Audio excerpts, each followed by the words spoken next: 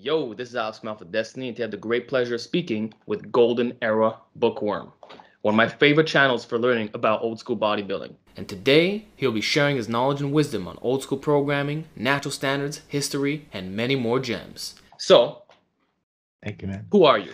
My name's Carlos. I'm Peruvian. I'm turning 44 this year. I'm a practicing scientist and now work in the local hospital here in the lab. So I'm actually in the clinical lab, helping the diagnosis of patient diseases, and etc. That's what I do as my day-to-day job. I'm a father of two, living in Switzerland with my wife and kids. Had a passion for lifting since I can remember. So yeah. How long have you been bodybuilding for? I wouldn't say it's ever been a continual thing. I started. I remember the first dumbbell I was ever given was by my dad. I think I turned 10, and to be honest, I didn't know what to do with it. As a kid, I used to run home from school and watch Incredible Hulk, so the original Incredible Hulk, Lou Ferrigno. You know, Oh yeah. that show started like in the late 70s, and I was born in the late 70s. So I'd run home from school and watch that, and just do most musculars in front of the mirror, and then later, fast forward 10 years later, I got my first dumbbell. I didn't know what to do. A few years later, I actually found a magazine from my friends and had a big workout from Arnold and all of that. So I started like that, but soon after, I figured that a lot of the workouts there weren't working for me, especially the Olympia workouts. And so I actually moved from lifting to martial arts. And I practiced then martial arts for 20 years. And only after getting some severe injuries that left me crippled, I started lifting again as a method of recuperation. And that was in my mid-30s. And that's when I would say I really started lifting. Then. Wow. So it just goes to show that it's never too late to start. You picked up dumbbells at 10 years old, but then 10 years later, you resumed, ended up switching to martial arts. And then in your 30s, when they say you're supposed to decline, that's when you actually made the best muscle gains. So for reference, what was your starting point compared to your peak status? See, the thing is, I was disillusioned in my 20s when I found out that Arnold had used steroids. He was my idol.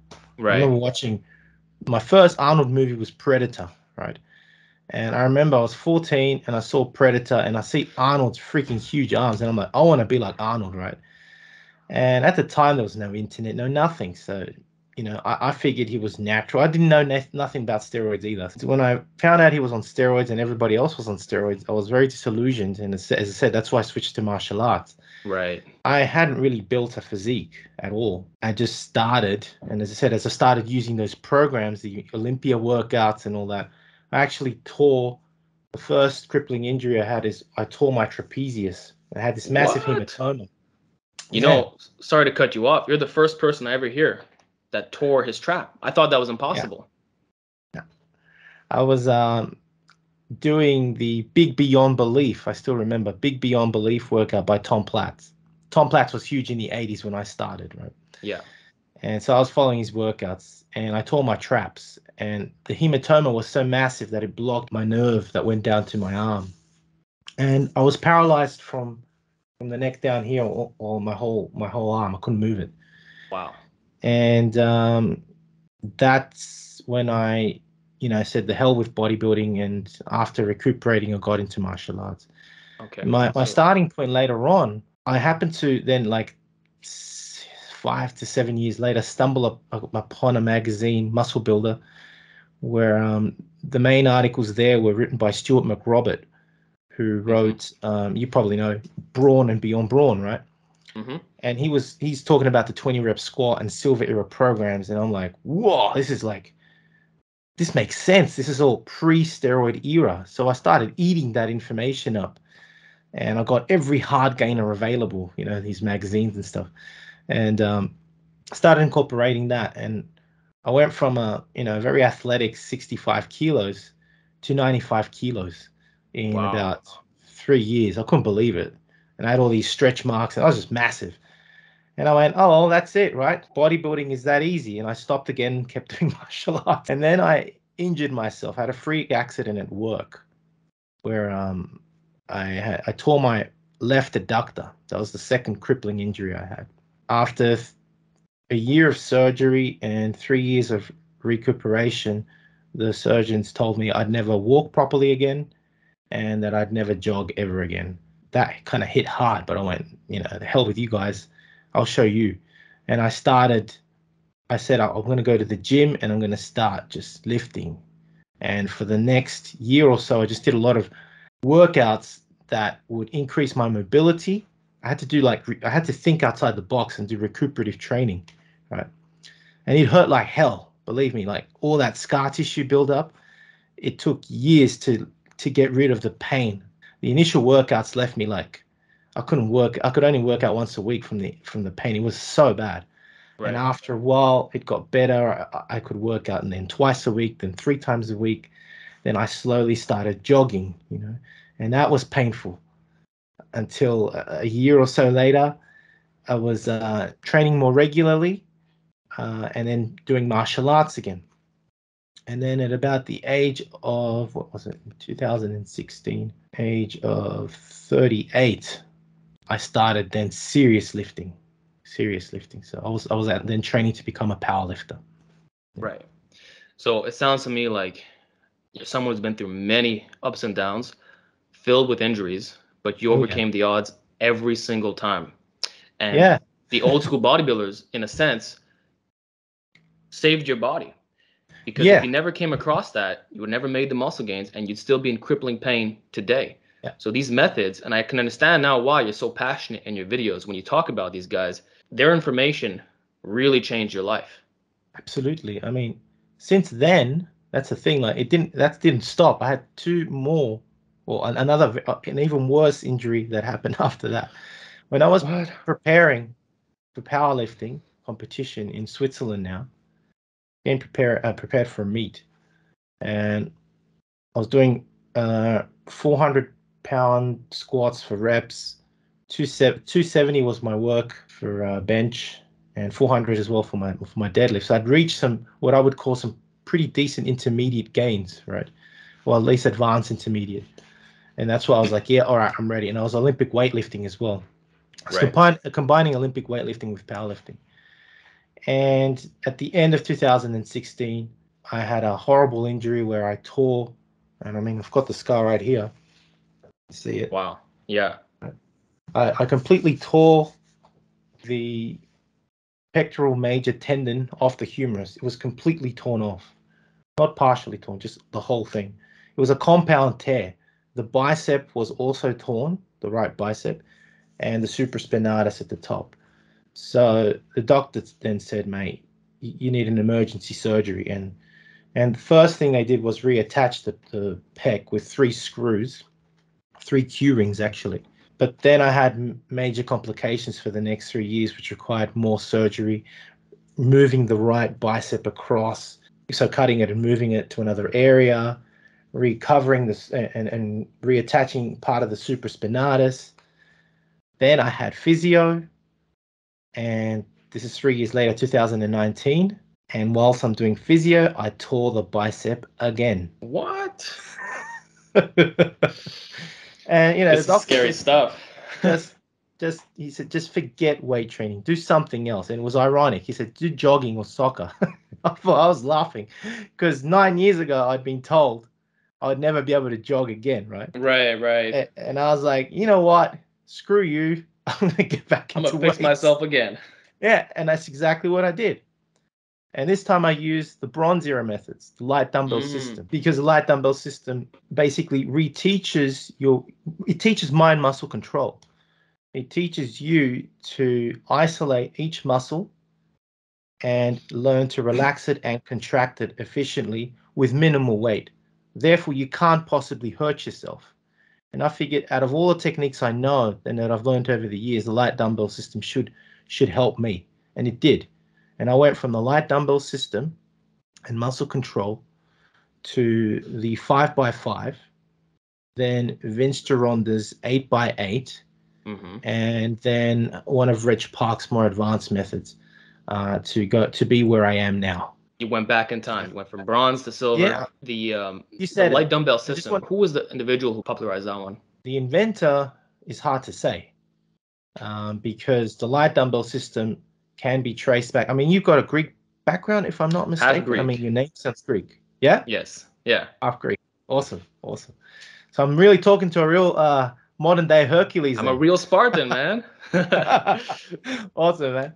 So I mean, I've actually got a replica of a Greek dumbbell downstairs in my little gym.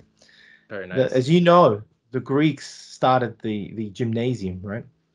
And the light dumbbell system, I've actually got some ancient Greek drawings of Greeks using a halteres, which means something that you hold in your hand, right? And it's basically a dumbbell, right? Mm. So the light dumbbell system, in theory, goes back to at least 1500 AD, because there are texts from the Romans that show them doing work with actual dumbbells. They look like dumbbells, right? Well, The that Greeks makes had sense. I'm sorry to cut you off. no, Nothing is new. It's been around way back 1,000 years. It's just that methods come and go. absolutely. Like as they say, there's nothing new under the sun. I mean, I reckon that the oldest sport in the world is lifting. You know, it has to be. From the moment we could use our hands, we've started lifting. You know, it's millennia old. So, Since you mentioned yeah, the ancient Greeks, do you believe there were some freaks out there who looked even better than the Bronze and Silver era greats? Because I always think that there's some guy maybe lived in the mountains surrounded by oregano and he just did his thing and was massive. Like we even have the Farnes Hercules and all yeah, those statues. I believe those are based off real people. That it's not just an abstract of what they thought would look good. I agree 100%, because when you look at the anatomy of the Farnes Hercules, it's accurate. I've actually got a replica back there. I'll actually show it to you if you don't mind. Yeah, let's see that. Now, you can't possibly fake this. Years ago, however old the Farnes Hercules is, you can't possibly fake that, right?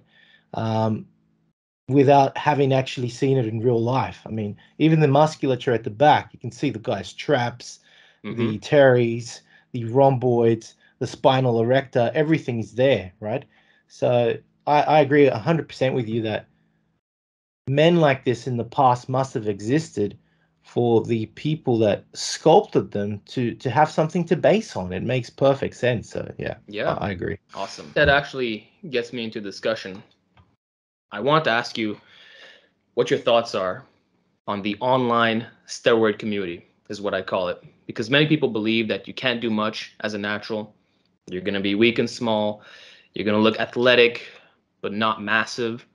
And as I've seen on your channel time and time again, there are people who are before the steroid era that look godly, that look even bigger than me in many cases. You recently featured Fred Rollon, and I was shocked at what I was looking at. I'm like, how did this guy look like this in 1905 without modern methods? So if we know that there were people in the past who were confirmed 100% natural, why do people have such a negative outlook on natural bodybuilding today? I think it's got a lot to do with social media. Social media and the quick ticket mentality. I think that, and I hate to criticize the current generation, but I don't think it's necessarily their fault. It's the way that society has molded them. I mean, me coming from the 70s and 80s, I have a different upbringing. I was born, as I said, in Peru during a time of terrorism. We were refugees. You develop a need, when those things happen. But in this current generation, I think that everything's available at the touch of a button. And therefore, that mentality of everything being so accessible literally trains your mind to therefore want things fast. And seeing the options, that's the other thing. There's so many options nowadays, right? You have the option to go one way or the other. And I hate to say it, most people will always find the easy way towards their, at least the most effective and most efficient way, if you want to call it. You could say it's the fastest way, but not necessarily the best or the healthiest. I mean, all of these are different perspectives, you see, and it really depends on the person's background, their moral ground, their own judgments, their own inclinations, their influences as to which direction they take. But unfortunately, social media is so impactful on the current generation that they all want that quick fix, and therefore, because everything is available, the information is now available. As I said, back in my time, 30 years ago when I was a teenager, this information wasn't available about steroids. I didn't even know about them. But now you go to any young guy in the gym, and unfortunately, they'll know more about steroids than me. That's And crazy. that's the thing. So they have the information, they have the accessibility to these compounds. They have the choice to go, I want to try this, I want to try that, because they can.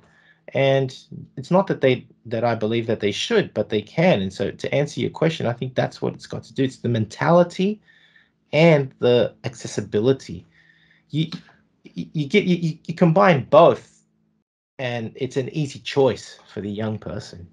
What about people who are very honest about their usage, that are constantly discussing it on YouTube, making videos about this cycle or what actor might be using? Like, do you think that contributes to people using more PEDs? Like, was it better off being like a black market type thing where everyone just shuts up and just a few people know? Or is it better that this information is just available and everyone could learn, and then you decide based off your own free will, quote unquote? Yeah, I mean, you touch on a really important point. A lot of the golden era legends, Arnold, Frank Zane, Franco, Lou, Ferrigno, all of them, we know that they used steroids. Right? We all know nowadays, especially. But there was that mystique back then, and really ignorance. I mean, when I look at an old school muscle mag, there's barely a mention of it in the 60s or 70s. Only in the late 70s do you start hearing about it. Are steroids good for you, or blah blah blah? You start getting those articles, and then in the 80s, especially in the 90s, it just blows up with all the interviews and people just going, yeah, this is what I do, and that's it. I personally like the fact that in the golden era, in the 60s and 70s, they didn't talk about it. And if you've read books from Arnold and Bill Pearl and others, Dave Draper, etc., may he rest in peace, they all withheld that information. They admitted to it, but they withheld the information of their cycles, the length of the cycles, the amount, Yeah. simply because they said, at an elite, that this is what they on commonly they would all say this. On average, they would say something like, if you're a professional, then you could consider taking steroids, but as a recreational sport, there is absolutely no need. And they're absolutely right, because a lot of these guys, you look at them, especially from the 60s and 70s, they're still alive. They're dying in their 70s or 80s like a normal human being. And when they say that they only used it 8 to 12 weeks before competition, I tend to believe to a certain degree that they're telling the truth. There was no need for them, for example, back then, to stay ripped and huge the whole year round. There was only one major competition come September and October, and then the whole year after that was either a layoff around Christmas time, which most of them would have, to allow the body to recover, and then the building phase would begin again. So they understood the risks. It was legal, and they didn't really abuse as much as it is nowadays. The people that go now online and talk about their cycles, again, in my opinion, they are contributing to this plague of chemical bodybuilders, and they are not helping, because as soon as something becomes spoken, it starts becoming popular. And it becomes popular, it then becomes the popular choice. And along with Instagram and social media in general, just basically, all these images going viral of ripped, huge teenagers. Of course, a teenager is going to look at that. Everyone knows what it feels like to be a young male teenager and feel vulnerable and feel like you want that strength, you want that muscle, you want that power, you want the attention, you want to be the alpha male, and I want to be there and get there as soon as possible. I think the Golden Era bodybuilders did it right. They withheld that information because they understood the dangers of it. Now it's just out there. This is how you do it. And a lot of them are like, yeah, I did my cycle. I had a couple of side effects, got my blood checked, went to the doctors, and now I'm taking this, and that. And, my blood is back to normal. And they think that's the end of it. They think that's it. I'm good again. And a lot of kids are going to take that as like, oh, the hell with what the doctor said. I'm going to do this. It worked for this guy. I'm going to do it. And then you have all these disasters happening. So I don't agree with what a lot of these, social media experts say. That they're playing a very dangerous game, and I don't think they understand the responsibility of sharing information. They're setting a very, very bad example. That's my own opinion. Man, that was absolutely beautiful. I agree with everything you said, and I hope that people replay that part multiple times because you hit everything that needed to be said. So it was unspoken of back in the day for a very good reason. And now that everybody's using it, it's like that becomes a new norm. And the problem is the more physiques that are developed with these compounds, the harder it is to compare to real naturals because we can't look as good as these dudes no matter how hard we try. We can build an impressive physique, but even if you show a picture of an old school bodybuilder, they're going to say, well, he's small. Like I've had people tell me, Steve Reeves wasn't that big, and the reason why they're coming from that perspective is because they're looking at all these freaks out on social media. Yeah. So if an average 20-year-old can just get roided up to the max and look better than Steve, who was the best of the best, like what does that say about our society as a whole and what these drugs are doing? So I think it's insane where we're at. And because there's so few naturals left, it makes it even harder, So it's like we're on the losing side, per se, while at the same time being severely underrepresented. But there is a comeback of sorts. It's not like it's dead, but it's like hanging by a thread, Yeah, I agree with you to a certain degree. What I find is that these people appear in flashes. They don't last. You're 100% right. Yeah. And I think that message will, at least the natural message, is starting to come through. It might be a small percentage, but the thing is that the message that I think that really needs to be, I guess, cemented and impacted on people's heads is that those that stay natural will have this development for a very long period of time. They won't be just a little spark, And this is something that I think when especially when young people come up to me or anybody, I think one of the important messages that we should be giving is that as naturals is that, you have to make a choice if you want this for the long run or for the short run.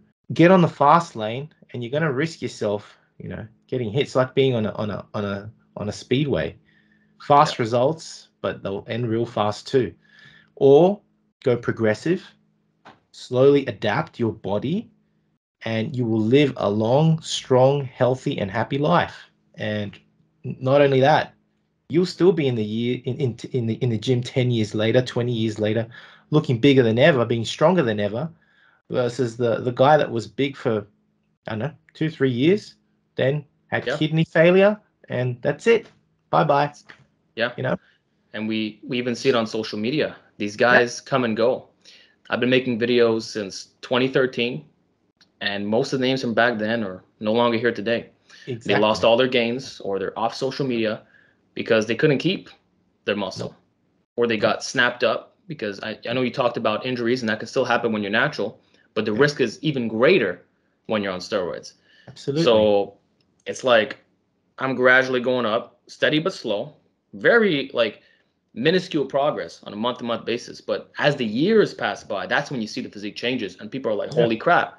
And now it's like the older I get, the better I look, the stronger I am, and there's not going to be that regression.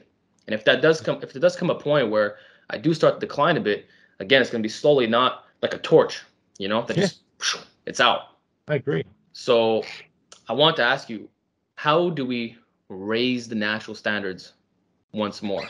Wow, that's a good question. I think there needs to be, firstly, a greater presence of natural lifters and a re-education on people's minds of not only the information that is available that is useful for a natural bodybuilder, but I think with greater presence of lifters that are natural, I think showing them as well the duration, because a lot of them are scared of the method, of the duration of the actual of the length it takes to really get there, right? But to show them the advantages of that, of the ability to maintain that and to grow over such a period of time.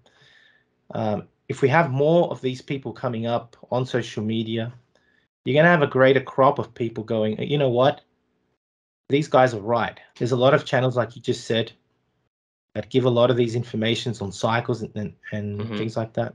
There are others as well, and I have to name one right now, and that's More Plates, More Dates, Derek. I think he was initially doing that, and I was very much against that. But now, more recently, he's focusing a lot on the disasters as well. And I think that's really important. I mean, I don't agree 100% with everything that he does, but I think that along with the accessibility of all this information, there is also the accessibility of information and images of the disasters that happen. I mean, you see now, and we hear about it all the time, how many bodybuilders are dying or getting horrible reactions. I remember at the end of last year, it was like literally, like, I hate to say it, but they were dropping like flies. Month, you know, it was like all the time, big names. And I mean, we're talking about recently Cedric McMillan, previous to that, Sean Roden.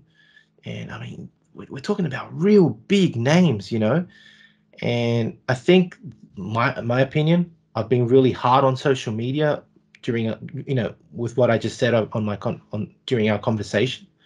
But at the same time, social media is so transparent that it is also offering the other side. It's actually showing you what can happen. And I think that is also important. So, as much as I hate to hit on the current generation and on social media, there are some pros to it too, Yes, so. It goes both ways. In a sense, yes. It's a double-edged sword, and we got to be willing to share all sides, not just the positives, but also the negatives. And I feel the negatives should be stressed even further, especially when we look at what history is showing us. And you're right that if we look at naturals who are coming up, giving good advice, it does do better than not having those people whatsoever, because back then it was only steroid users for the most part, with the exception of the old school greats. And it was like, okay, I'll compare myself to Sandow. That's cool, but I'd like to see someone in the 2000s that's actually natural. And now we're seeing these guys come up after they've been training for 5, 10, 15, 20 years. And it's like, wow, that's awesome. And I've been inspired by some modern guys as well that they're not that old. They're in their late 30s, but you've seen the progression as they started uploading 10 years ago. Yeah, I agree. Like, it's funny. You just mentioned all of that because, again, if you look at the time when internet started or really took off in the 2000s, before that, we had at the beginning of the 20th century, the first 50 years or so, pure natties. At least that's what the records say. A lot of people will be like, oh no, since the 1930s, testosterone was available, whatever. I'll just say that the first half of the century was natural. Then you had the second half of the century, which was mostly steroid users. And now you've got the internet giving us all this information. There's a natty path, there's a steroid path. Here are the risks, pros and cons for each, blah, blah, blah. And now, as you said, on social media, there's a presence of steroid users and non-steroid users. And for the first time in history, we can actually compare both. And I think that's a great thing because you've got guys using bronze, silver, and golden era methods and are natural. And you got those that are using mostly modern methods on steroids. And for the first time, the audience can go, okay, I want to do one or the other. I think there's a great power there in itself in social media. As you said earlier, social media is completely transparent, and it shows you all sides. And I Right. think that's really good. Right. It's really good in that respect. That's interesting. It is true. You could compare pretty accurately. You can look at someone and say, kind of looks like he's on the juice. And the naturals, the physique looks different. You know, Yes. you recently interviewed Helsoviak, and you Oh look yeah. at that body, it's like going back in time, and it shows. Yeah, yeah. You Axel's don't, just you amazing. see a guy who's juiced up to the gills, even competing in classic physique, they don't look like him. They're more grainy, and Yeah. it's not the same. So getting stronger to get bigger. There's a lot of people who say that you don't have to improve your performance in order to gain muscle. I think that's wrong, but I want to know your take on this. I'm 100% on strength before size. I mean, I've spoken to so many of these legends, starting with my friend who recently passed away, the great Marvin Eder, right? Yeah. He always said it, strength before size, and it makes sense. When you look at the silver and bronze era methods, strength always preceded size. You look at the golden era, just let's go by Olympias. Sergio Oliva, come on. National champion power, Olympic weightlifter. Arnold started off as an Olympic weightlifter and powerlifting champion. Then we move fast forward. Frank Zane, Franco, come on, another powerlifter slash weightlifter, right? Then we have Frank Zane, okay, not a powerlifter, but he did use power building. So he actually used power. He wasn't a champion powerlifter, but he used powerlifting. At least that's what he's told me during our interviews, to build his foundation. And we've got Dickerson. I can't say I've looked much at Dickerson, but even fast forward further, Ronnie Coleman, another great example. Some of the biggest and most impressive physiques in the history of bodybuilding, whether you go back to the silver era or golden era, always use strength before building the muscle. They had that foundation of strength. For me, it's important to emphasize that. I believe in it 100%, because in strengthening, when you do, a lot of people when they want to bodybuild, they only think muscle building, really. There's a difference between muscle building and bodybuilding, in my own opinion. I call what most people do in the gym, which is basically hypertrophy work, muscle building. It's not body building. The body is not just muscle. It is organs deep within. It is a skeletal structure with ligaments and tendons that then attach to a muscle. If you don't build the organs up, or not build them up, but make them more efficient, if you don't prime your central nervous system, which is connected and acts to fire the contraction or relaxation of your muscles, if you don't strengthen your skeletal system by increasing the density of the bones and tensile strength, if you don't then strengthen the attachments of those bones to each other or to the muscle that they attach, if you don't have a basic structure, how the hell are you going to build more muscle?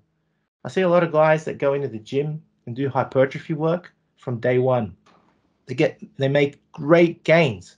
Of course, they're building on their current structure, but then the gains will stop. And a lot of them inadvertently then go into powerlifting, which I believe is great, or Olympic weightlifting, or both.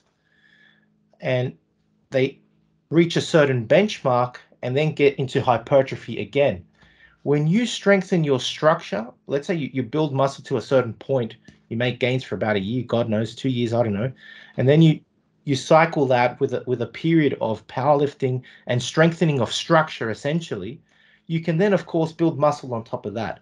And that's why I firmly believe in strength before size. The golden era guys did it, the silver era guys did it, and to me, it's a time and tested method. So Time proven, exactly. I love the way you phrase that bodybuilding is the body. It's not just the muscles. I've never heard anyone say that before, and it's so cool. And actually paints a very positive image of it. You know, instead of I'm just a recreational lifter who's trying to gain size. No, I'm bodybuilding. I'm going to get stronger, healthier, more muscular, retain this over a long haul, strengthen the tendons and ligaments, the entire system. Yeah. So on that note, how does one strengthen their tendons and ligaments using old school methods? Because I know there's the expanders, there's progressive range of motion, like what Paul Anderson used to recommend. There's all kinds of stuff like that. So what would you personally advise for strengthening that? That's a good question. I mean, there's so many methods. That's the thing, you know. That's right. There's so many methods. Like you're talking about cable work, and a lot of people throw garbage on the chest expander, and I just shake my head. I can't. The chest expander is one of those tools. I know you've been using it recently. Thanks to you. Thanks. And I bought myself one a couple of years ago, and I find that when one uses it, it's very different to cable training. Cable training is constantly the same tension throughout the motion.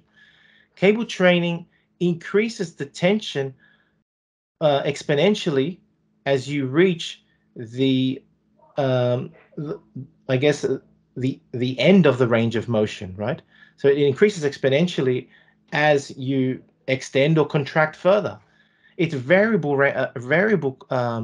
resistance from a moderate to rather extreme, and in doing so, you really learn. You actually not only do you learn to really maximally recruit your motor neurons during the action in real time, but I think actions like that also, for that short period of time at the end, can safely strengthen your ligaments and tendons, right? Because it's not constant throughout, where you, for example, got a 400 or 500 pound bench press that you've got to lower, right, at the worst point, which is at the negative, right? Here you're actually putting the most force at the contractile part of the motion with a cable expander, for example, right? So the action is safer in that respect because it's at the end of the contraction where you really have to force yourself, and not where, as I said, like let's say you're loading a squat or a bench press where you are at the most vulnerable position. It's still that heavy weight, right? So I think there's safe methods there in the Bronze Era, for example. It emphasizes the shortened position, and even when the springs return to normal size, they do so at such a fast pace that in itself can cause a reaction in the tendons and ligaments. You know, and Louis Simmons used to call that overspeed eccentrics, even though he was referring to band tension. But it is similar with the springs, though in my experience, they're not exactly the same. I can't understand why. Maybe it's the dimensions of the expander, but it doesn't, like if you use springs versus bands on the same device, it's going to feel different. I don't know why. It feels different because the spring, its structure being more three-dimensional, the coil effect, in my own opinion, is it's three-dimensional, right? If you're looking at a band, it's two-dimensional. It's only stretching this way, whereas a coil, it's more dynamic. If you understand physics, if you stretch a coiled structure, the tension changes with time. It's different, and it's just a much different feeling, much more difficult as well, way more difficult than a band. Yeah. There's something special about it, you know. Speaking of that, you know, you talked about Paul Anderson and strengthening impartial lifting, for example, right? Which is what Paul Anderson did, and I guess Doug Hepburn in a similar way had you start with low reps but lots of sets, right? It's all about in a very similar fashion of overloading the tendons for a short period of time only and building that up slowly, right? Whether it's at a partial range of motion or just for one rep this week, and then next week it's just 2 reps. Because if you're going to strengthen that, tendons and ligaments are not as vascular as muscle, and therefore they take a long time to repair and build on, and therefore, just like we know, natural lifting takes a long time, but when done properly, I mean, this is why you don't hear silver era guys busting their biceps or pecs, for God's sake, because they understood the process took a long time. Yeah, you know, and they live long too. Yeah, a lot of them died in their 90s. Yeah, which is pretty impressive, especially with the amount of food that they ate. Like you would think that would shorten their lifespan to a certain extent, but even then, like great health all the way to the end. Absolutely. So, yeah, great points. But going back to the expanders, do you have any specific standards for them? Because when I bought it, I didn't know what I was getting myself into.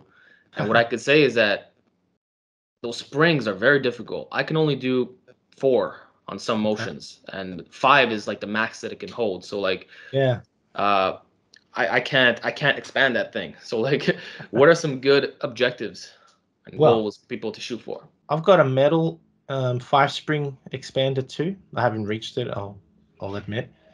That itself is a great goal, but I hate to break it to you. The best expanders in the world had 10 springs. 10 Wow. springs. Yeah. Now, who did Uh, 10 springs? Reg Park. Reg did 10, Yeah. and they're the same tension. They're not I've like got smaller. an image of him. No, these things were massive. Like, I mean, the general chest expander handle is just bigger than the outside of the dimension of our hands. But these things were monstrous. They were like this big, like 2 hands. And just to hold that with all the springs going all over the place, can you imagine the tension in your wrist Oh having to yeah. grab something way bigger, right? With the springs potentially going all over the place. The biggest chest expander I've heard of had 10 springs, and I've got photos of Reg doing 10 spring pull aparts. It's Full just range of motion. max. Wow. And what about using things like industrial springs to get more attention? Have you heard of that? Yeah. There's a guy called Robert Baraban. He's got his website called shop.handgripper.net. That's right. And he uses industrial strength springs on his horseshoe device. He's really into bronze era methods because he finds that for gripping sports, for powerlifting, for strength sports in general, that which require really strong grip and really strong tensile strength, and pulling strength and ripping strength.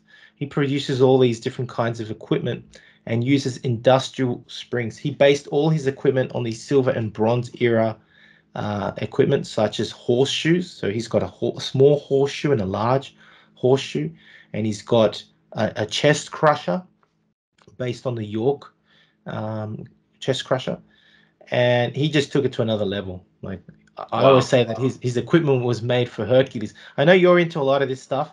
I highly recommend you visit his website or get in touch with him, shop.handgripper.net. And I'm telling you, try his stuff out and you will find a challenge. I mean, this guy produces stuff that only Hercules could break. This stuff is freaking awesome. But yeah, sounds like a humbling experience for sure. Fudge. So we talked about expanders. Actually, one more thing about that. How far do you think one can develop their physique? Like, I know there's Fred Roland, but are there other greats that relied on them exclusively that you can use as examples? So I'll just answer one little thing you said. As opposed to standards, I mentioned 10 springs. I don't know how strong the springs were, but I know that the greatest chest expander athlete was Fred Roland, and from memory, the tensile strength of his chest expander, I'm not sure how many springs it was 140 kilograms. So that's pretty impressive. Mind you, some of those exercises could have been done with one arm. So that, just think of that. It's insane, right? Other athletes, Reg Park, Eugene Sandow, John Grimmick was a heavy user of the chest expander, chest crusher, and horseshoe. You've got even later on, I think Monahar Ike, who was a one-time or two-time Mr. Universe from India. I mean, there's many. So yeah, I mean, there's many people that use chest expanders. Yeah. Okay, I'm curious then. Why have they died out in the modern age when all the old school greats, for the most part, use them? Like, isn't that strange? Something that was so effective for them, always there, then all of a sudden, nobody is even talking about them. Like, if you go on YouTube and you type in chest expander workout, there's like no content, and I just don't understand why. It's a good question, actually. I think it's got a lot to do again with the steroid era coming up. During the 60s and 70s, a lot of that stuff died off because suddenly there was a fast avenue at gaining muscles that did not require all that knowledge, that didn't require going through all these steps, right? Back then, we, as natural lifters, a lot of athletes required different kinds of tools and needed to, I mean, you compare, I hate to say it, you compare an athlete and the way they spoke, their poise, their presentation, their hair, everything, right? From the 50s and 40s. And I mean, these guys were gentlemen and they had freaking low voices, well presented, in suits, you know, look So like true. freaking men, right? And I hate to say it, now the guys, you know, you interview them, they're with a They're cap, just singlet, meatheads. blah, blah. Exactly. I mean, Yeah, come on, yeah. right? There was a standard back then, and the lifting contributed to their personality. It made them strong here, here, and here, right? Yeah. When you're injecting yourself, you don't develop the character that goes with the success that you are presenting, right? That's right. And having said that, you don't need to learn what others needed to learn that did it naturally. I think a lot of these tools died off because of that, because of the fast avenue, because that ability to now forget about this, and this. I can just inject myself and look great in 1 year, as opposed to really having to develop myself in my mind, my willpower, you know, everything about me that goes with lifting. I mean, lifting as a natural bodybuilder, you would know, and anybody else that has been lifting heavy, at a point, it becomes at a certain point very mental. You need to have the discipline. You need to be going and freaking screaming at that bar and telling it who's boss. It becomes purely mental, you know. And it really changes your life in a positive way. exactly. And it builds your character in a way where you develop resilience. You can't get that by shooting yourself up. You don't have to go through those emotional and mental strengthening processes that natural bodybuilding gives you. So again, this is why I think a lot of those tools died off. They weren't necessary anymore. Carlos, I love what you're saying right now. Like, this is music to my ears, and the viewers are gonna love this. I hope so. Wow. Like, I'm so impressed with your knowledge and wisdom that you have about this kind of stuff. Like, it's amazing. And you know what? When I look at modern YouTube fitness, the people who are natural give the best advice. That's not only experience based, but is extremely selective. And you can tell that they've gone through a lot of trial and error, like cutting through the weeds, you know? Yeah. Whereas, Redundancy. yeah, like the programming advice is just different, you know? And that's why I see all these juice heads that don't know how to train. It's just, oh, I'm doing this motion because it feels good. I get blood in the muscle, and they just get bigger and bigger. But if you would ask them to coach a natural, they can't do it, or the guy will plateau really fast. And it's like the people I see who continue going like this, it's they're upgrading their knowledge constantly. Yes. They never stop learning. Year in after year out, there's always something new to offer, because that's what it's got to be. You're going through the mental transformation and then acquiring all these resources. Like for me, it's like I want to try everything possible, you know? The expanders was a recent addition, but it's like that's one thing that 90% of people haven't used in the modern age. And I feel like there's so much more we can do. And these guys of back then went so far without even using modern methods. So imagine if they would use their stuff plus the things in 2022. Like, could you imagine the physiques that would come out? So Yeah. that it brings me on to an important question. Can we do better than the bronze and silver era bodybuilders? Whoa.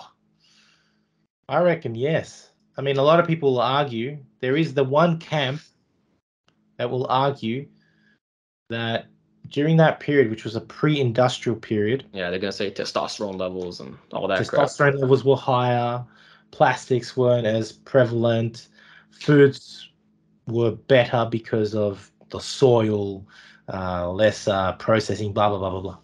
Yes, they have a point. I won't deny it. less stress in life, everything, whatever you want to call it, whatever you want to list. But they were the pioneers. They set certain rules which kept evolving.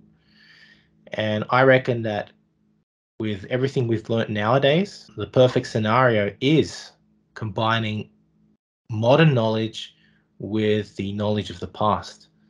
That's, for example, one of the reasons that I like doing what I'm doing, because by sharing all this knowledge, it gives people those resources to try and better it. And to be honest, I start seeing the physiques that I'm seeing nowadays come up. You didn't see them about 5-10 years ago. Now you're starting to see some real natural lifters that are thick and dense, like, I mean, hailing back to the Herculean physiques of the 40s and 50s.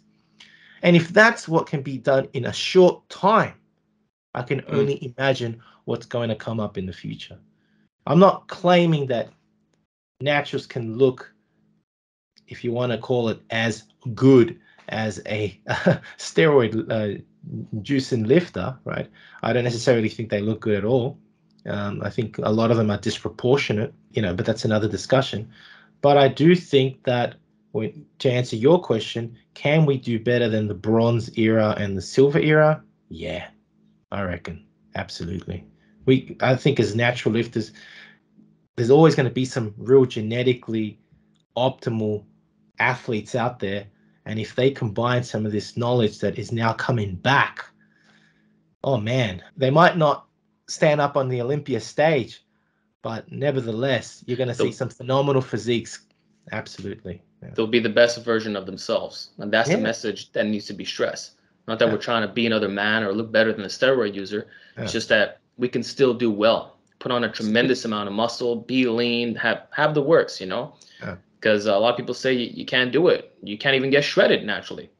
So I want to know your thoughts on that, because I know you showed some Indian bodybuilders recently and some guys from like the 1920s who were peeled to the bone. So what's up? Okay, that's a question I've been getting asked so many times over the years. Like, I remember the first video I ever did on that was ripped physiques, I think, from the bronze era. And the question, of course, that everybody asks, how did they train? What was their diet like? Blah, blah, blah, blah. Mm-hmm. And when I look through all those books, like the ones that I got back there's no mention of diet. Wow. There is the common theme, though, of eating with moderation. And I started recently learning from a teacher more about muscle control. And I asked him, why is it that, I did a recent, for example, video on Billy Ralph, why is it that Billy Ralph looked like that, and all the other Max Aldists, the people that learned from Monty Saldo and Max Alding, or the Indian bodybuilders, or Eugene Sounder, why is it that they looked so ripped? And he goes, well, this is something really, really cool. And it got me thinking, and I'll explain everything in a minute. He said to me, he confirmed my beliefs, and he said, they didn't eat much. And I said, why? And he goes, because the method of training back then decreased their heart rate and their overall metabolic needs. In doing so, they didn't need to eat as much, and their bodies were more efficient, therefore, at burning fat and building muscle. And I asked him, what kind of heart rates are we talking about? About 40 to 45 beats per minute at the maximum. And that's a really elite level, right? And about calories, he would say 1,000 to 1,500 a day at the most. And I mean, we're talking about these guys that are 90 kilograms shredded. And then I started thinking, well, what happens when a bodybuilder nowadays in the modern era tries to get shredded to, 5% body fat? And I started reading some papers, and the calorie level that they get to is about 1,000 to 1,500. Mm-hmm. The side effect, I haven't shown this in a video yet, but I plan to. All these papers say the same thing, and I want to do a video comparing bronze era metabolism to current era, and it matches. When they measured the heart rate of modern athletes at a shredded phase, they were at about 40 to 45 beats per minute. And I was like, That means that these guys, this form of training back then, must allow them to adapt to that point where they can stay shredded for a longer period of time. It wasn't as extreme as it is nowadays as well. When you look at muscle control exercises, these Bronze Era athletes weren't destroyed after a workout. They felt revitalized and could do this kind of workout every single day. Right. Modern era athletes have the same hypercaloric diet, same metabolism parameters, but the training is different, which is Beats you why it down can't more, be so you can't handle sustained. it. Yeah. Exactly, it can't be sustained. And it makes me think, therefore, that perhaps the training of the Bronze Era athletes has something to do with the ability to maintain low body fat for an extended period of time due to the body's ability to adapt because it's not as stressful. It's a really interesting. That's fascinating. And it's very Yeah. possible because even when I look at bodyweight athletes, on average, they tend to sustain a more shredded state Yeah. than Yes. bodybuilders. And maybe it's because the training is a little bit less intense.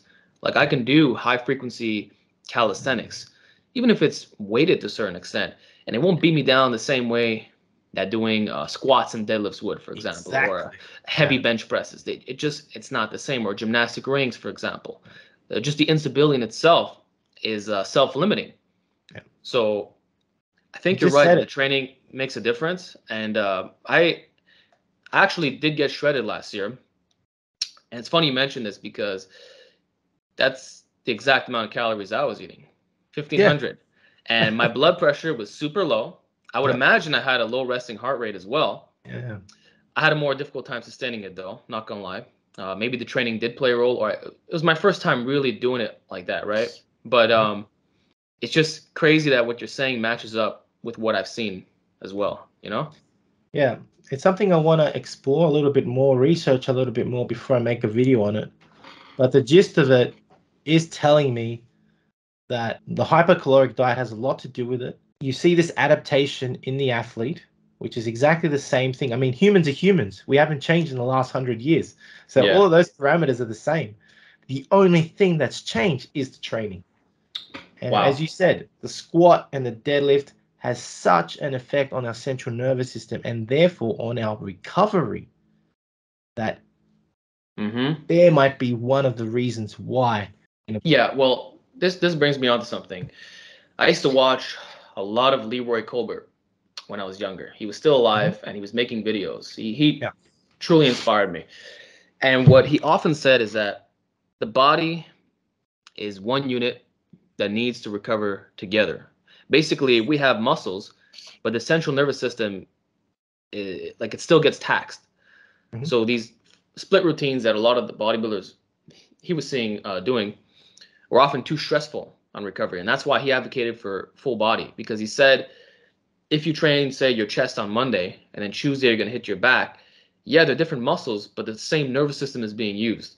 So that's Mhm. why he would do high frequency full body, meet the same volume, and he'd argue that you felt better doing this. And I actually Yeah. trained that way for years. It was a twice a week full body.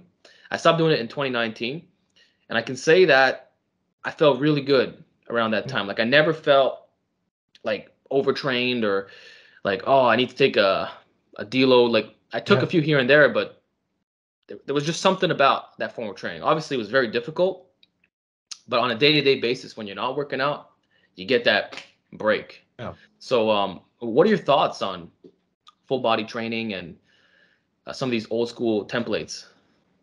I think a lot of the full body workouts are very effective because they work then. There's a resurgence of them now. People are finding out they work pretty well too nowadays. And I think that just because the current Olympia champion does a bro split, that's kind of why a lot of people have that mentality of today I'm going to work biceps. No, you're not. Your shoulders are stabilizing, as is your legs, your back. True. Everything's stabilizing. Your forearms are working too, mate. Everything's working. So, do you know that your heart is beating and your lungs are pumping air too? Everything's getting worked. You're just concentrating work in that area, but doesn't mean you're not working everything, right? So yeah, I agree with a lot of those methods. Another problem is the studies. I mean, I'm a scientist myself, but science itself is very limiting. There's so many papers that say you shouldn't train more than 45 minutes to an hour, which I think is a bunch of BS, right? I've been doing longer than that for the last yeah, 2.5 years. Exactly. Like I train 2 to 3 hours every time, you know, and people are like, what are you doing, bro? You're not going to get any gains. Yeah, whatever. I'm getting stronger by the week and you're not. So, you know, I think that science being so specific can't truly measure all the things that are going on in our very complex organism. They try Right. to specify one particular point, one particular parameter in a very controlled experiment that cannot possibly be replicated in a gymnasium. When a person is truly training their ass off, right? You could have a full body guy doing a moderate to light training session, you know, but then you can have a guy going balls to the wall every freaking time, and you can't compare the two. It's just completely different. And so as much as I love science, being a scientist and doing that day in, day out for the last, I don't know, 25 years, you know, science has its limitations and it can't be compared. For that reason, I believe that people that go, oh, full body workouts don't work. Nah, man, it works. It works really well if you know how to structure it. And if you, for example, maybe training twice a week, it's as easy as perhaps doing your lower body, focusing on your lower body more on one day and focusing on your upper body more on the other. And suddenly you're going to get two super brutal workouts either way, right? Or just the way, the order of your workout itself or whatever. I don't know. But the point is that I reckon full body works. Steve Reeves used it, Reg Park used it, John Grimmick, all of them, you know, they all used it. So why doesn't it work? Of course it works. Absolutely. In truth, everything works when it's approached the correct way. And I agree that you have to combine bro science with science because you're not going to get everything from either side. And for those who are only about science-based, just an observation, the vast majority of those people tend to be pretty scrawny and small. Yeah. One of the biggest channels on YouTube right now, the guy looks like a novice lifter to me, yet all his workouts are supposed to be optimal. Yet what's also interesting is that the science is constantly evolving. So theories that we had about 5 years ago are now starting to be debunked. So all these people who made a killing making those videos, well, they got to reevaluate their position. They're going to have to indicate in the title, oh, this is outdated. So that too, you know, and oftentimes the research is done on noobs. It's very rarely done on elite naturals. And it's short-term studies, very like limited, as you pointed out. Now, I'm pro science. I look at the research papers. I want to know everything, but I'm not married to it. And there are certain things that I do in my workouts that probably go against it to a certain extent, but I found tremendous success. And other people, same thing. Yeah, I agree. Like, Dave Draper said it beautifully in his book, Brother Iron, Sister Steel. You know, science is a marvelous thing, but just exactly the words that you said. Just don't be married to it. You know, don't be so focused on reading every paper that you forget to do your reps. Exactly. But you know, at the end of the day, lifting iron is not that difficult. You know, these guys built amazing physiques 50 years ago without a freaking paper, right? They just work their asses off and that's it. Yeah. Oh, okay. We're talking about longevity, right? And you're 44 years old, correct? Turning 44. Turning 44. What are your thoughts on the constant mentioning of testosterone replacement therapy? That after 35 years old, you probably should consider it to improve your quality of life and make sure that you don't lose all your muscle gains, because there's going to be, you know, misery awaits for most people. And how does that correlate with the old school lifters of the bronze and silver era who peaked later in life? Because a lot of them, the pictures, they're like 40 something years old and they look incredible. So I just want to know what your thoughts are on the obsession with TRT. I think TRT, like anything, has its place. I think it's just gotten out of place. That's the problem. Just like Dianabol. Dianabol initially was created for burn patient victims to regain, to basically to reestablish nitrogen balance, because one of the issues with severe burn patients is that they lose muscle very, very quickly, which drops their metabolism, can be very dangerous. Dianabol restores the nitrogen balance and allows them to keep their muscles, to keep them mobile, and then to help them recover. Of course, when you take something like that, or growth hormone, or whatever, insulin that's supposed to be used for diabetes, and use it for another reason that is not to cure a specific disease, it gets out of place. Similarly, what you just mentioned. So TRT is used especially for hypogonadism. I can tell you all of this. I'm telling you all of this because I work in my position in the hospital. I work in a lab, in a clinical chemistry lab, where I'm dealing with hypogonadic patients, diabetic patients, all sorts of patients that require, some of them require endocrinological treatment, hormonal treatment in layman's terms. To now answer your question, is TRT necessary for a person over 35? Hell, I've never injected myself.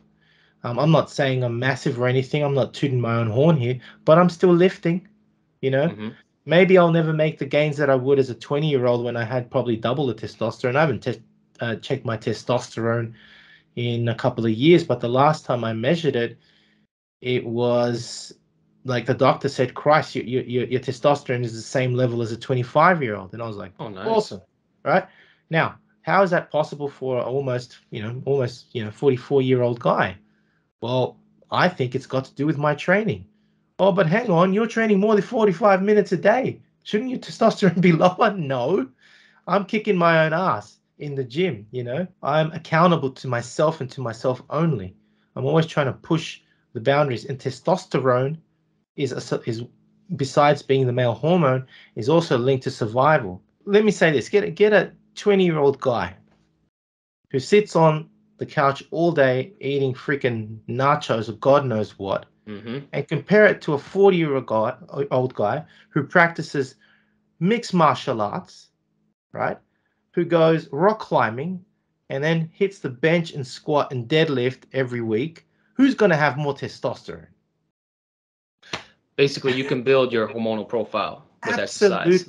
And this decline happens less rapidly if you continue to train for the rest of your life. Absolutely. And a good example I can list for that are prisoners who maybe they got convicted in their 20s and now they're in their 40s and they're absolutely massive for one, but they don't have low T. They're surrounded by dudes all day. They got nothing to do but train. And there's that aggressive environment. So probably martial arts in particular is good for this, Absolutely. When I did martial arts, my test was at the highest level. It was near 800 to 900 consistently. And again, it's because you're getting beat up all the time, right? You gotta be aggressive, right? And again, combine that with powerlifting like I did back then, of course, right?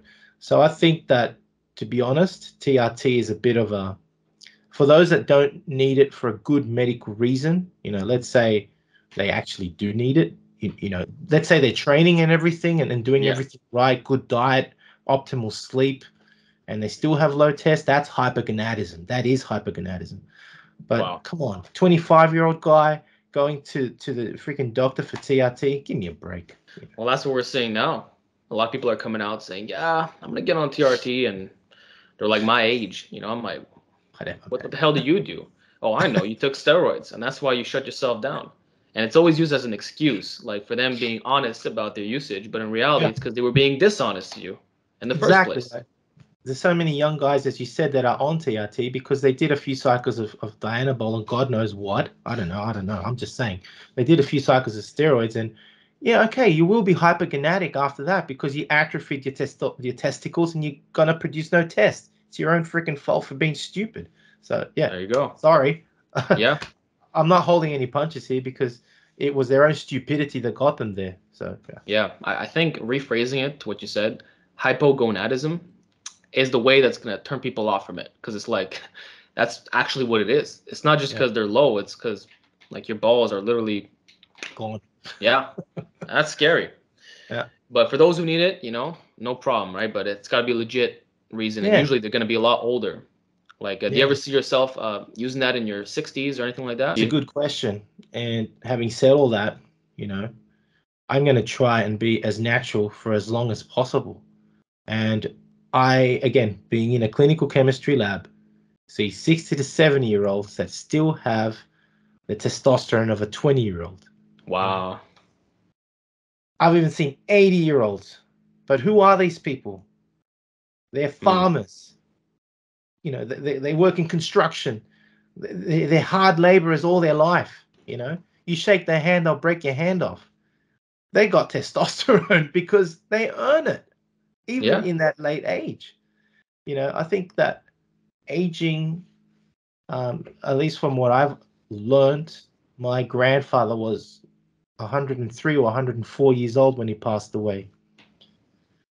Aging, besides being a gradual process of your DNA being eaten up from the edges and your cells not able to repair themselves, at the end of the day, if you die of natural causes, it is due to multi-organ failure, right? Which means that up to that point, your organs were working, which means that if you live a good, healthy, and strong life, you should be functioning well into your 80s, even your 90s.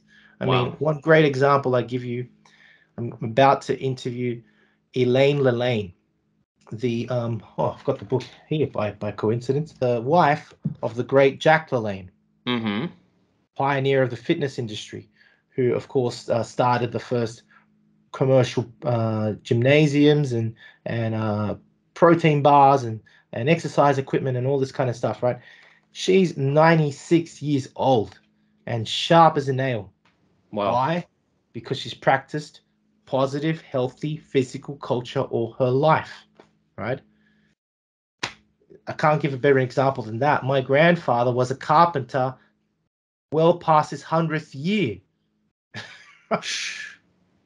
So if you use it or lose it, and that's the thing. I think, again, I go back to the excuses of young people taking the short route because it's an easy excuse. If you really are honest with yourself, you don't need TRT. You don't need any of this crap. You just need this and a bit of this to get, going. That's right. At the end of the day, your body's a temple. Treat it with respect. Absolutely. And you can probably preserve yourself, and look real good into your later years. Yeah. So then, I want to get back into training for a bit and cover the major muscle groups and maybe hear some recommendations from you. So starting with the chest muscles, what's an old school, time-tested way of growing your pecs?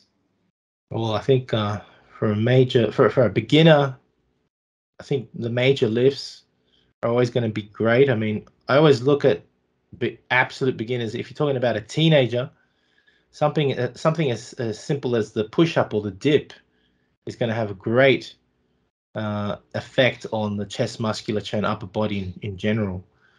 And then, of course, up to a certain point, you can always transition into doing bench pressing. But I think weighted calisthenics are also a great way of going. Like one of the greatest of all time is Marvin Eder, who had 2 men doing, he'd be doing 2 to 3 repetitions with 2 men hanging off him,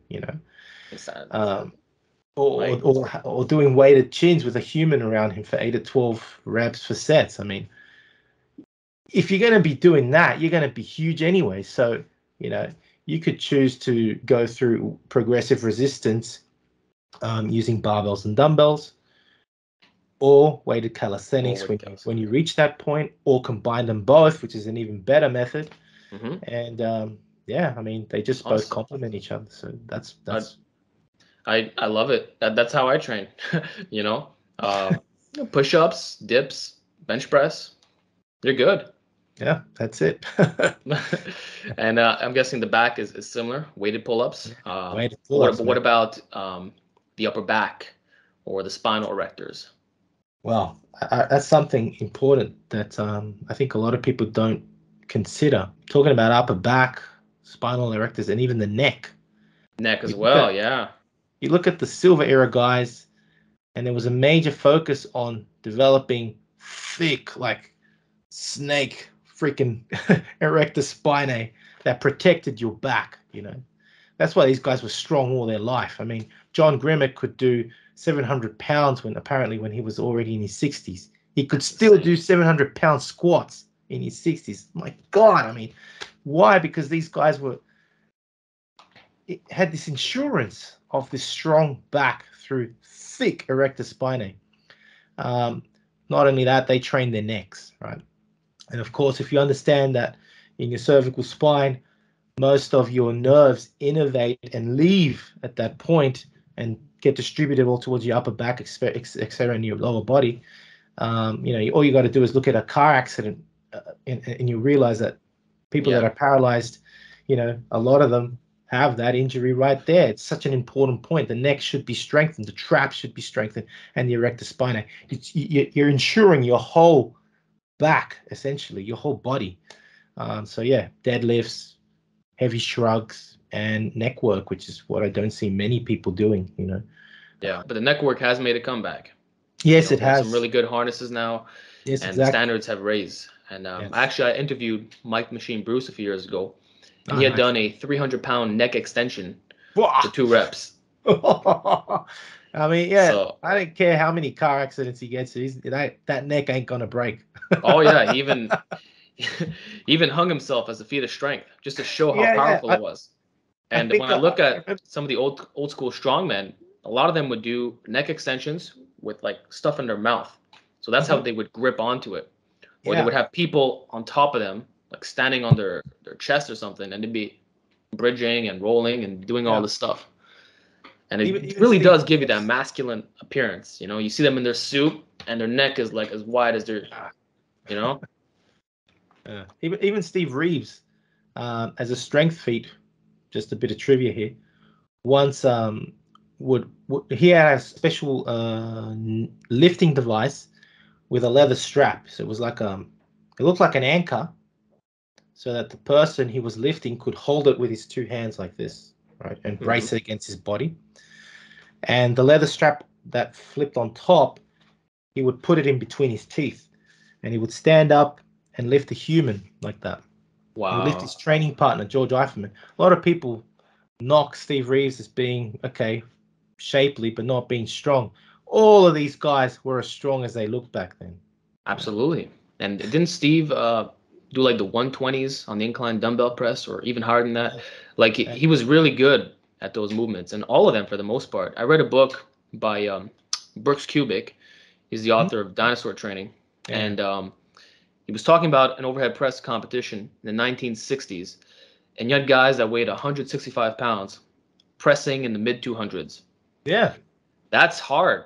I did 225 at 185, and you have a guy that's 20 pounds lighter than that doing even more. And these Yeah. dudes were natural. So it's like they were as strong as they look, for sure. Yeah. Absolutely. Absolutely. Awesome. So we covered the back. How about the shoulders? Yeah. Shoulders, man. Again, I've had the fortune of speaking to Marvin Eder, who once quoted, "The shoulders are the seat of strength for the upper body." I love those words. If you have strong shoulders, you'll be able to have a strong chest, a strong back, and huge arms like Marvin Eder had. It's that one point that is vulnerable for most of us, but when Yeah, strengthened, opens up a whole world of strength and muscle. carries over to So everything. yeah, so one of the movements that he shared with me that I know that you yourself, myself, and Axel all work on, and I think everybody should work on that, is the handstand pusher. It is like Mm, freaking everyone that I can think of, be it Sandow, be it goddamn John Grimmick, Paul Anderson as well. Anderson. Oh, yeah, Anderson, Doug Hepburn. Doug Hepburn could jump off platforms and land on his hands. Just think about that. That's crazy. Yeah. Dave Draper said it, that he saw it on a show, that Doug Hepburn would jump off a platform and land on his hands in a handstand, right? You even see photos of Arnold pumping up backstage doing handstand push-ups. They all did them, right? And I mean, just think of the mental capacity you have if you know that you can perform handstand push-ups with your own body weight. You're going to step up to a bar and go, I'm going to kill you, because you know you can. You have that strength to support yourself. That's going to transfer into super strong, hypermobile shoulders that can lift anything, So I think it's fantastic. The handstand push-up, overhead presses, behind the neck presses, all those movements. Fantastic. And what about the emphasis on side laterals? Is that important or more overhyped? Yeah, I think it's overhyped. Reg Park used to say, and I know this because I speak to John Park, his son, a lot, that the best builders for even the side laterals are just heavy presses, heavy presses, heavy presses, heavy presses. Side laterals, of course, are important. They will contribute up to a certain degree to your side lateral musculature. I think more important are focusing on your rear laterals for shoulder health. For sure. And again, you may not have seen a lot of the old school guys doing a lot of rear deltoid work, especially in the silver era, more so definitely in the golden era they did. But that's because a lot of them would perform the very, very wide grip chin, which when performed with a super wide grip works mainly the upper back, the rear deltoid, and the rotator cuff, keeping it very, very healthy and allowing super mobility of the shoulder joints from the back. And a lot of people don't understand that secret. Leroy Colbert will talk about it all the time. The wide grip chin is king. And when you say wide grip chin, you're referring to an overhand grip, but like overhand scooped grip. over, not the underhand, right? Yeah, not underhand. Yeah. Okay. Overhand. Gotcha. Yeah. Well, you're actually right about that, and it's funny because years later, biomechanics experts have now confirmed it.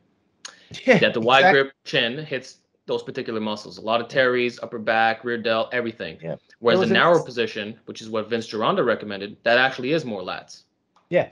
There was a misconception, see? And again, it's got to do with the misapplication of science. I've got articles from Arnold and other guys saying wide grips make you wide. And a lot of guys are like, no, they don't hit the lats. Well, you're not talking about the width of the lat. You're talking about the width of the shoulder breadth of the person, the teres major and minor, which sit at the very top of the lats, which when worked in the wide grip chin, give you that super wide appearance. So that's what they're talking about. That's what they meant. Yeah. So that's crazy. And now finally, it's been confirmed. Well, I appreciate you clearing up that misconception. That's awesome. Yeah. So then speaking of Leroy, I'm going to talk about legs real quick. He said, all we did back then were squats because there was no other way to hit your legs. There was no hack squats, no leg press. Even the leg extensions were very limited. I know there's the iron boots, which I've seen in your video. So you can you can isolate with that. But even then, like there were sissy squats that could hit the quads. So what is the old school way of getting tree trunks? Squats, of course. Squats, front squats.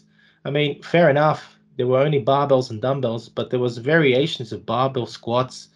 We're talking front squats, Dellinger squats, Zercher squats. There were the Hackenschmidt squat. Yeah, I mean the hack squat was present, but it was done with a barbell and either with the heels raised or not. Yes, there weren't many machines back then, but I agree that back then the legs were rather massive, but not as well delineated and later shredded and defined as they are nowadays, or came after, for example, especially after Tom Platz came into the scene. But yeah, I mean, squats will always be the major contributor to the size of your legs. You can't possibly get massive legs from leg extensions and leg curls. No way. You know, you got to do squats. You got to pay your dues. You know. Gotcha. So let's end off on the arms.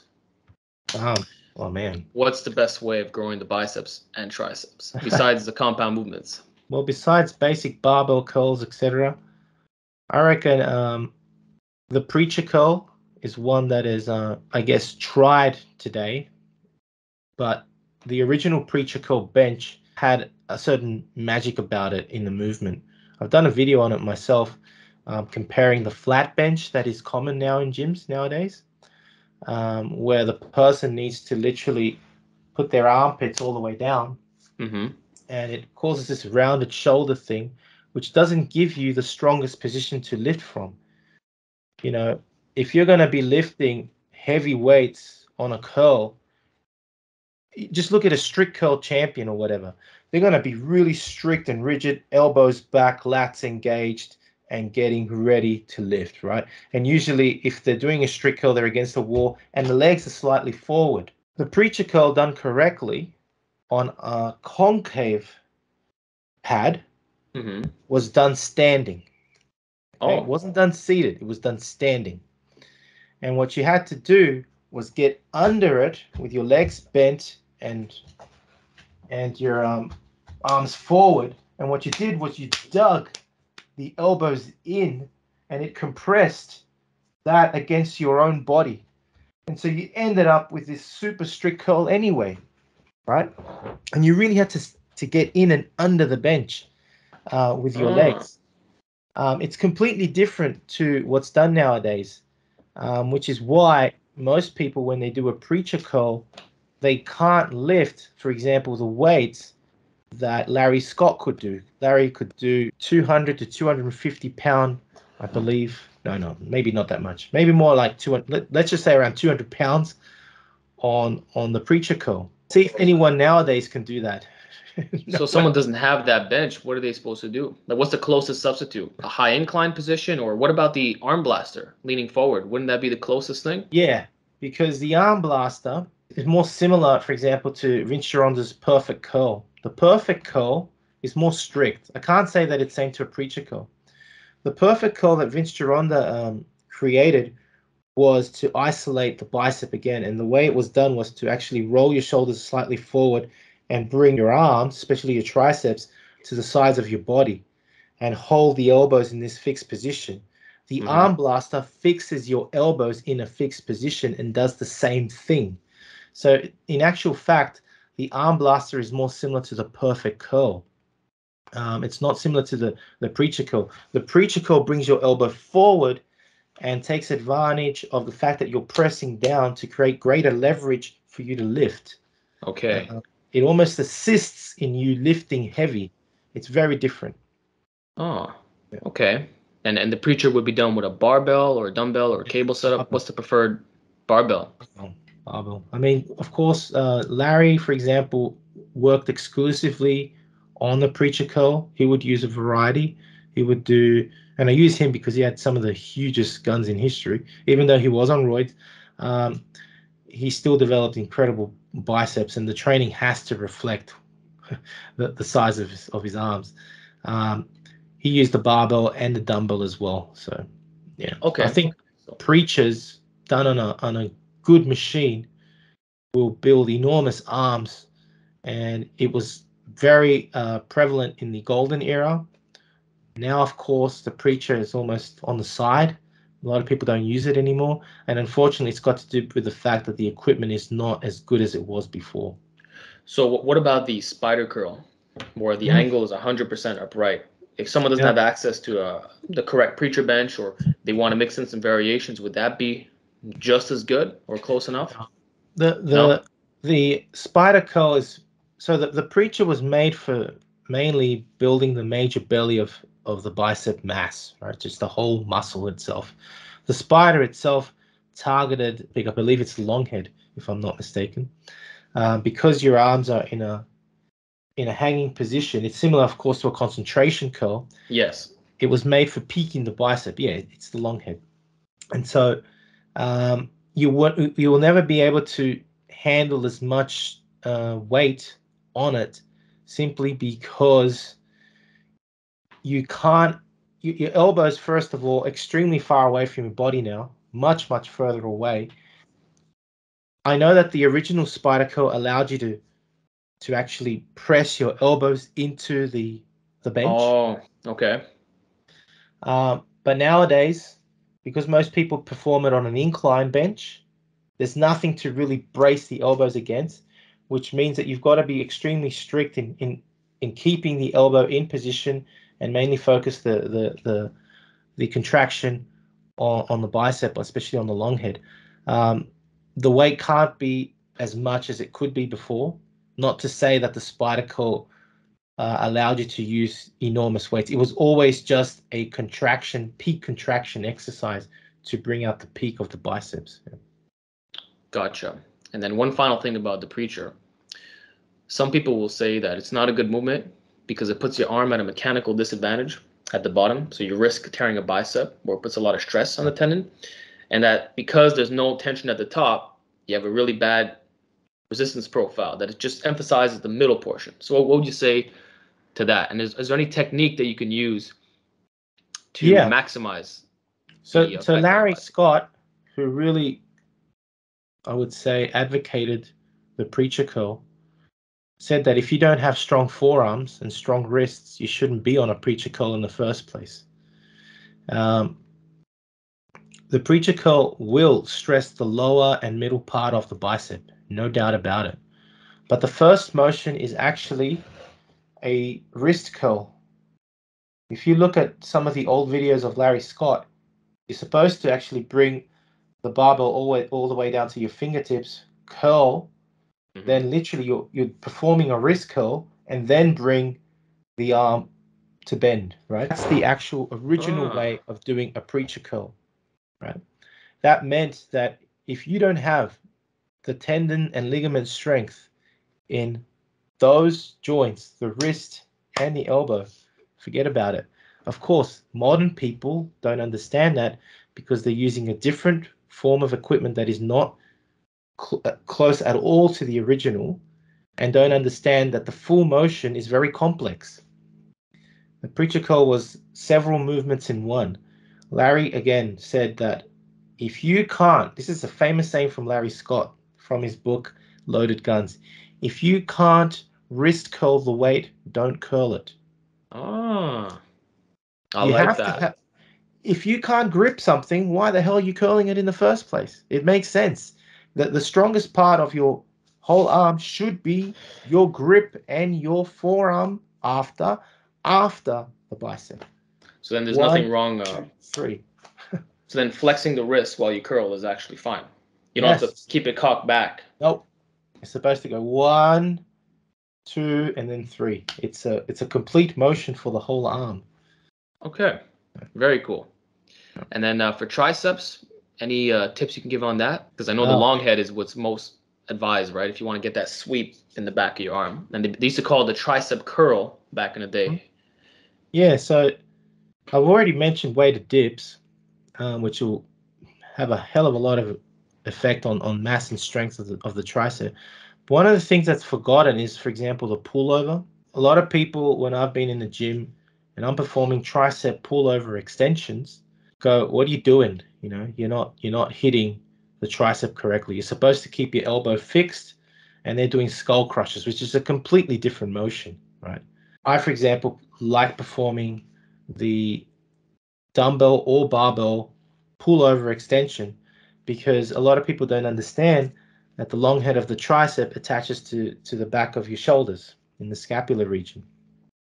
And therefore, if there's no shoulder mobility, you're not hitting the long head correctly, which is why a lot of the old school bodybuilders brought their elbows all the way up and behind their head to actually hit the long head. And that can only be done either in a lying position or in a standing position doing a form of a French press or otherwise called overhead tricep extension. That's the way you correctly hit the long head. A lot of the form police will be out there and say you're not supposed to move the elbow. Bullshit. The tricep moves the elbow from this position to forward, right? That's what it does. It's like the bicep. People think there's two actions to the bicep, which is contraction and supination. No, it also lifts the elbow up, right? Whereas a tricep brings the elbow down. along with the lats. Hence why when you do straight lat pull downs, you feel it in the tricep. That's true. A lot of people, you're right, you'll get a little burn in the tricep if you're doing it correctly, because you're bringing the elbow down, which is part of the long head's action.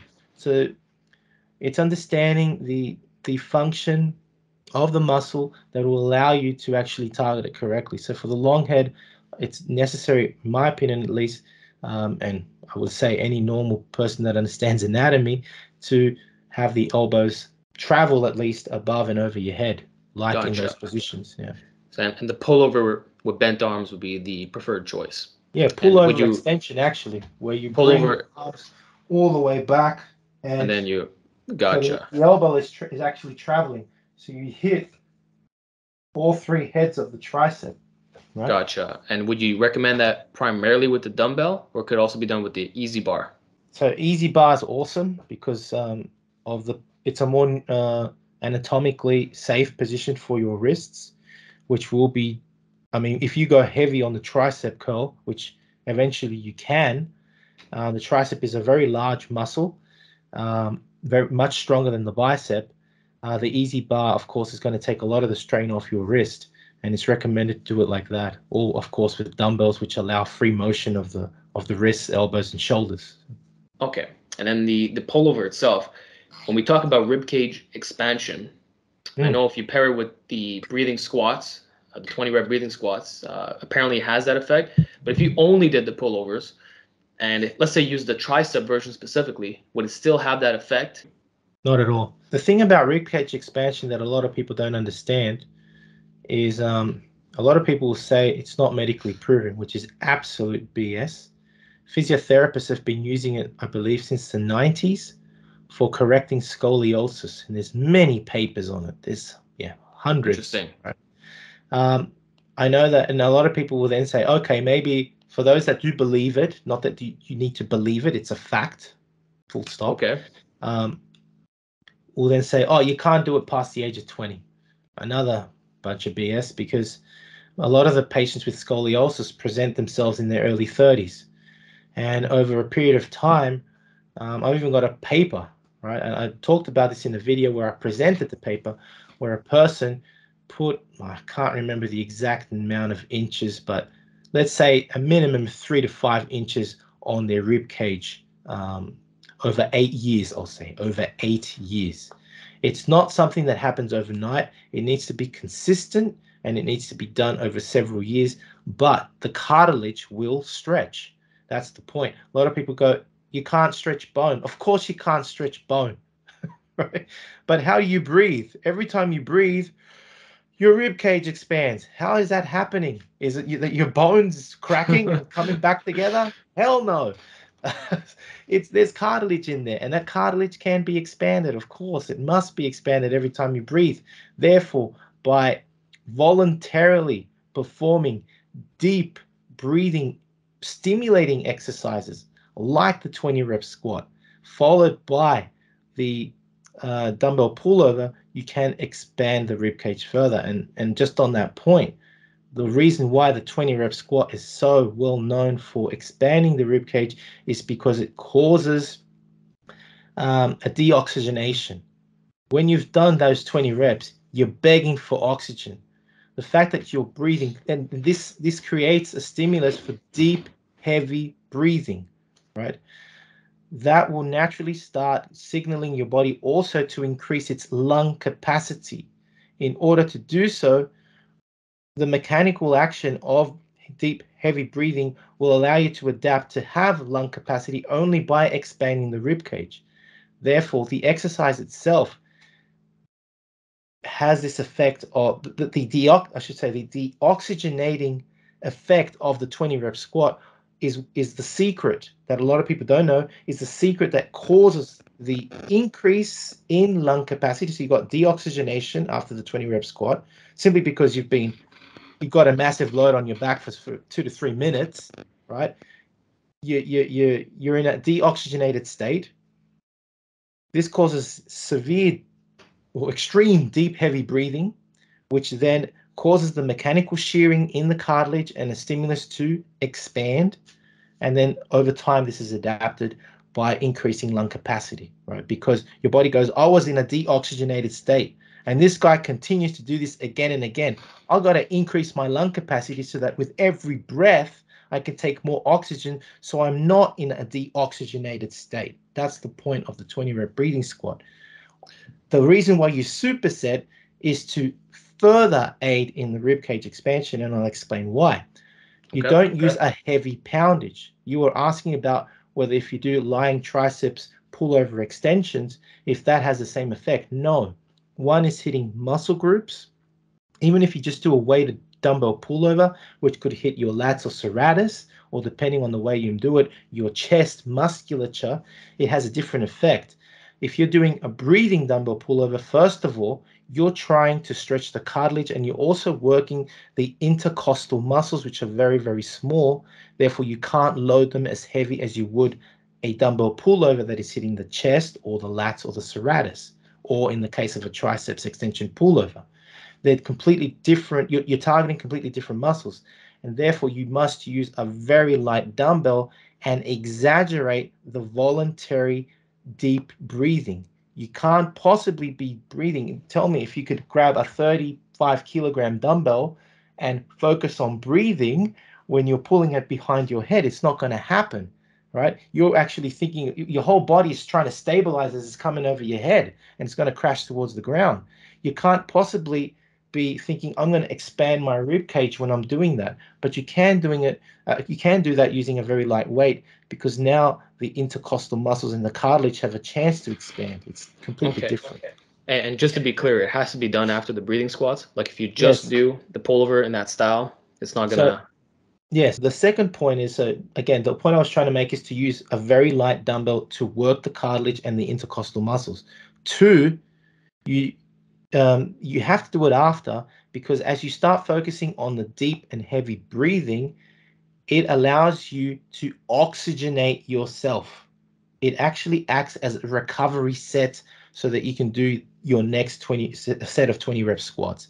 That's the reason that it's done. It's not just so that, believe me, if you're doing a 20 rep squat, let's say you're doing 250, 300 pounds, 20 reps, right? You don't do a dumbbell pullover set after that, a breathing dumbbell pullover set after that. Most people are going to be like this at the rack. Yeah, exactly. Dying, right? Holding on, hanging on. So instead, right. Okay, I the understand. smartest thing is to lie down, get a light dumbbell, and breathe and re-oxygenate yourself. And you're just going to help your system recover and expand the ribcage. Okay. Just curious, if someone were to do like a 200-meter sprint followed by the pullover, would that have a similar effect? Because that also causes you to be completely out of breath. Yes, absolutely. Before the 20 reps breathing squat, I know coaches like Earl Liederman recommended for people with sunken chests. It was called back then. Now it's called pectus excavatum. To practice 50 deep breathing or deep breaths every single day. Right. So the point is to breathe deep. That's the key to expanding the rib cage. I mean, the 20 rep squat, of course, done with deep breathing, is not just going to expand your rib cage. It's going to make you massive because you're doing 20 rep squats, right? It's going to put on body weight everywhere, your back, everything. But of course, it has the added advantage of deoxygenating you and causing a large rib cage. But if you don't want to get massive and you just want to get a large rib cage for whatever reason, deep breathing helps with that. Absolutely. I mean, one great example is swimmers. They got massive chests because they're breathing under, they're having to hold their breath as they swim and all that. So, yeah. Okay, so cardio in general could be helpful? I think cardio in general will not be helpful because that's different. I know that there's a cardiovascular aspect to swimming, but when you're doing, most people that are doing cardio, doing jogging or whatever, they're taking, it's different. They're not going like a swimmer does, right? Okay. It's forced voluntary deep breathing, right? And it's done through the mouth, right? This is another thing. I've had people complain to me, oh, I don't want to, how do I expand my rib cage? And I tell them, do deep breathing and make sure it's through your mouth. That's going to deform my face. That's what I get is, Okay. and I'm like, it's got to be done through your mouth, right? So Right. most cardio guys will be like, and it's a rhythm, but you're not going.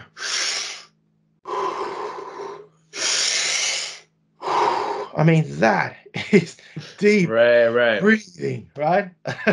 It's Okay. exhilarating, right? And it's just gives you a lot of energy, right? That's Okay. different to Gotcha. different. Okay. Well, that's awesome. I think you clarified all the questions that people would have had about expanding the ribcage. One more thing about that. Would you say that this is what gives you the vacuum effect, or does that require a different practice? Like if you look at Frank Zane, it's not because he did that. No. It's you actually have to do the vacuum exercise, right? If anything, it enhances the vacuum pose because you have now, instead of a regular rib cage, a more massive rib cage in So it just makes it combination with look more impressive. Yeah, exactly but in it doesn't give combination you it. with a reduced waist that is sunken. So the illusion is greater, right? Okay. Which is why you get these ridiculous side chests and vacuum shots from the golden era. I mean, these guys had the massive rib cage on top of the vacuum. The vacuum is completely different. It's the activation of the trans sit-ups and leg raises because he says they would work the psoas muscle. Correct. That they wouldn't activate the rectus abdominis as much as the crunch would. By the way, everybody out there, Vince Gironda invented the crunch. Okay. And he's right. The rectus abdominis is maximally contracted in motions like the crunch or his double concentric crunch that he also has, and all these other exercises came out with. The sit-up involves more than the rectus abdominis. In the defense of Leroy Colbert, a lot of people don't understand that when you do a sit-up, you actually have to perform a partial vacuum because your transverse abdominis engages as well. Okay. Leroy Colbert used to say, "Don't crunch because it's going to give you a six pack and take away from your vacuum." Is that true, or like if one, depending what look you're going for, should you avoid spinal flexion? Not necessarily. I know what he's talking about, and it's got to do with Vince Gironda and with Leroy Colbert. Now, Vince Gironda was against in the crunch is that if you don't perform exercises, and I think this is what Leroy Colbert is trying to say, if you're not performing exercises that activate the transverse abdominis, then you're going to have a shitty vacuum. And that's why when Vince Gironda would teach the crunch, he would also teach the vacuum.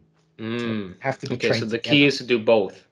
Yes, to train all the maximize it. muscles of the abs, the external and internal. So we're talking external rectus abdominis, external obliques, internal obliques, and transverse abdominis.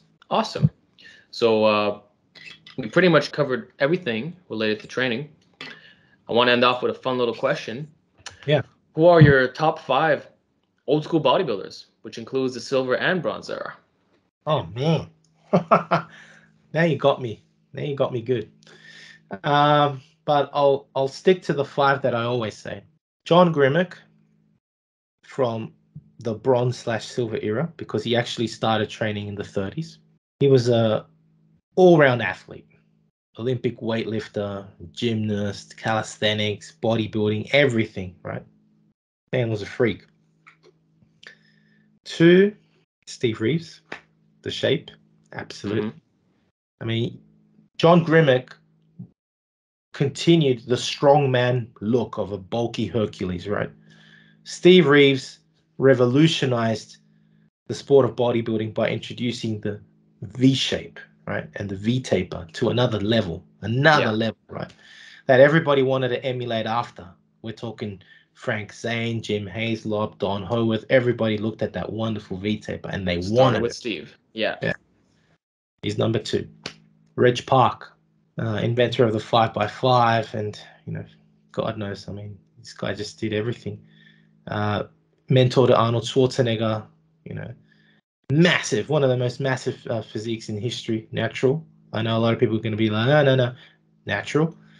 And I know and I'll say it 100 times that it was natural, 1,000 times, because he kept that mass throughout his whole life. And you tell me somebody that can do that. That's how you know if they're natural. And if they're on stage, they got a pair of balls, right? What? And they can maintain that massiveness all throughout their whole life, like Reg did, well into his older years. That's a natural lifter. Right? That's a good test. Yes. That's 3. 4, Bill Pearl. Another Herculean physique. Okay, he used Nelevar, and I don't know what else, but he is a gentleman. And I think just another great champion. Bill's great. Awesome. He's my 4th, and of course, number 5. And I will admit, my favorite of all time, Arnold Schwarzenegger. There's a lot of reasons, you know. Yeah, my first influence was Lou Ferrigno, as I said, as a kid running home, watching Incredible Hulk. But when I saw Arnold in Predator, I was like, that's it. I was hooked. I've got to do this, you know. And my first magazine ever was a photocopy.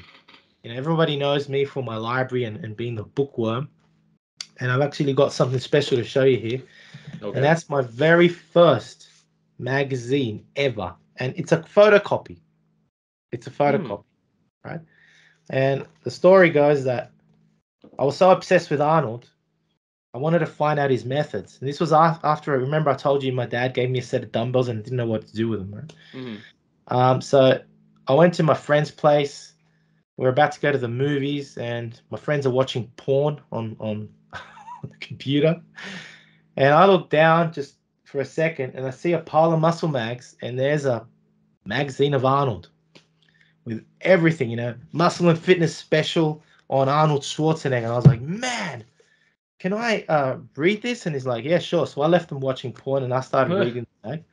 And then I said, do you mind if I photocopy this and I'll bring it back? And my friend said, sure.